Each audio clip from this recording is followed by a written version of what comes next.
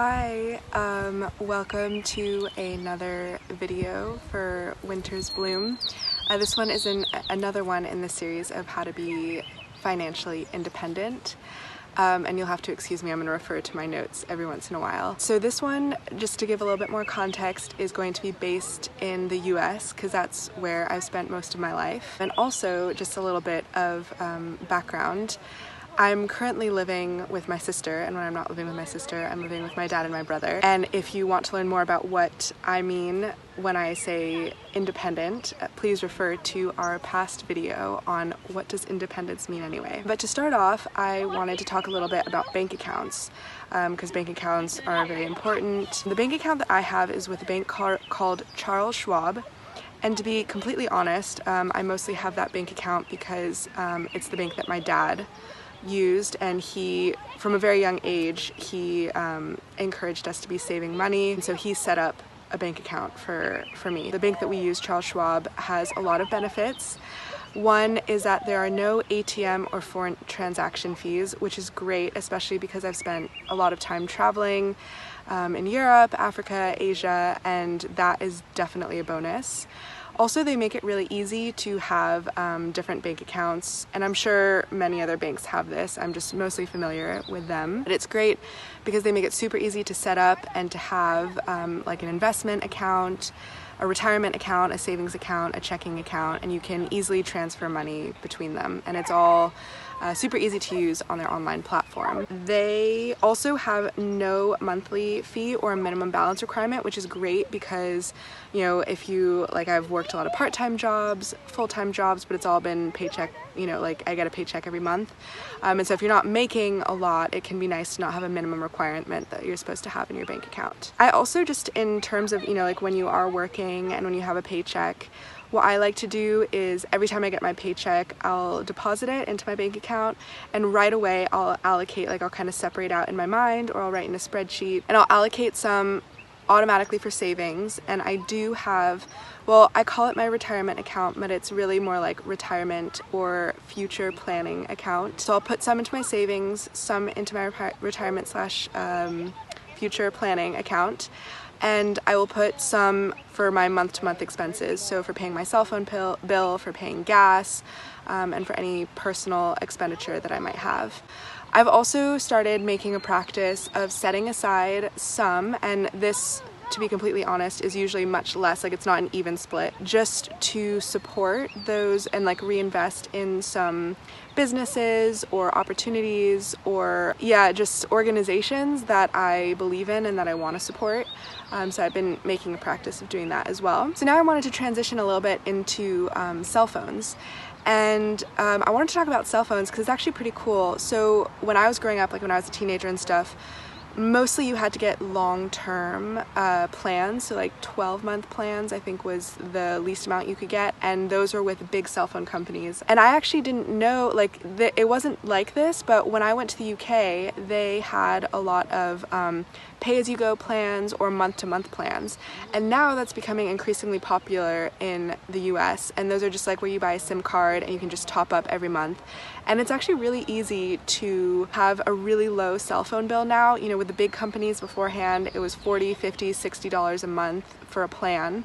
And that was locked in for 12 years, and then who knows what would happen, and they don't even do phone upgrades anymore. Really, you're wasting your time, in my opinion, if you go with a big company. Just search around and really try to be aware of how much data you use, how many texts and calls you use, because you can really cut down your costs a lot by going with the pay-as-you-go plans or just month to month. Everybody nowadays has some kind of smartphone, and those, like, honestly can be super, super expensive, and in my opinion, you're kind of just paying for the name, but that's my opinion. But there are so many ways to get refurbished phones, and even like some of the newer phones refurbished are pretty affordable. Of course, it depends on your income and how much money you want to spend on it. I recommend getting an unlocked refurbished phone to cut down your costs, and because it's unlocked, that means that you don't have to attach it to one of the big name phone carriers. You can just get a SIM card, and that makes it much easier as well if you're traveling in international countries for long periods of time, or even for short periods of time. You just get a cheap SIM card and you're good to go. I also wanted to talk a little bit about jobs because I have worked all kinds of jobs. I've worked in cafes and restaurants. I've worked in outdoor programming jobs, and that's kind of the field that I'm going into. But what I want to focus on with jobs is if you're thinking about environmental things and also cutting costs and trying to live within your means, try as much as possible to work more local jobs, because there was a period of time where I was working 3 jobs at a time. One of them was in my hometown, so I could bike to work every day, which was fantastic. The other one was in the neighboring town, so I had to commute, but it was only maybe 20-30 minutes to my job. And the other one was much further away, so without traffic it was 40 minutes driving, but with traffic it could be 2.5-3 hours. And just so you know, that was in the Bay Area where traffic is kind of crazy. When you're thinking about jobs, you know, it can be so easy. Like, the reason why I took that job that was 40 minutes to 2.5 hours away was because it was a really great opportunity, and it was the first job in the outdoor sector that I had gotten, which is a sector that I really wanted to go into, and they offered me a lot of hours at the beginning. And it was really attractive because at the time I wasn't super confident in what I had to offer, and here was this organization that wanted to hire me.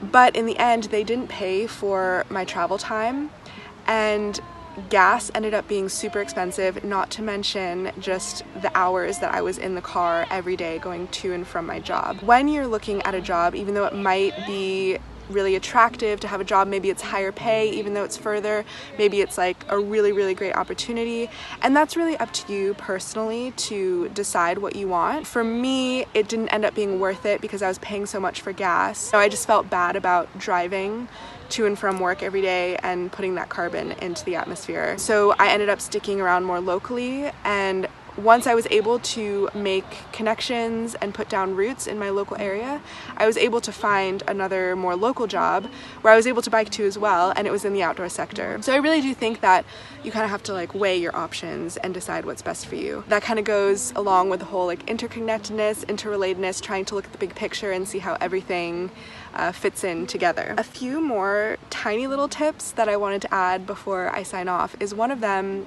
is on, I use Google Chrome as my browser, and there's this really cool add-on called Honey that I've been using for the past few years. If you haven't heard of it already, I highly recommend it, because once you add, it's like an add-on or a plugin. Once you add it on, it will actually, every time you're doing, if you're browsing online, like on some online shop, it will actually look at all the greatest deals for you, and it will even compare prices over a time period to let you know if prices have gone up or down and if they recommend that you buy at that time. And that's been really helpful for me, saving even just a few dollars here and there. The last piece of advice for financial independence, as I define it, is try as hard as you can not to pay rent. And I recognize that I'm kind of in a privileged position to be able to say that because I have family that I get along really well with, and so living with them, and you know, they encourage me or want me to stay with them, so living with them has never really been a question or an issue. There's so many creative ways to avoid paying rent. I have a few friends who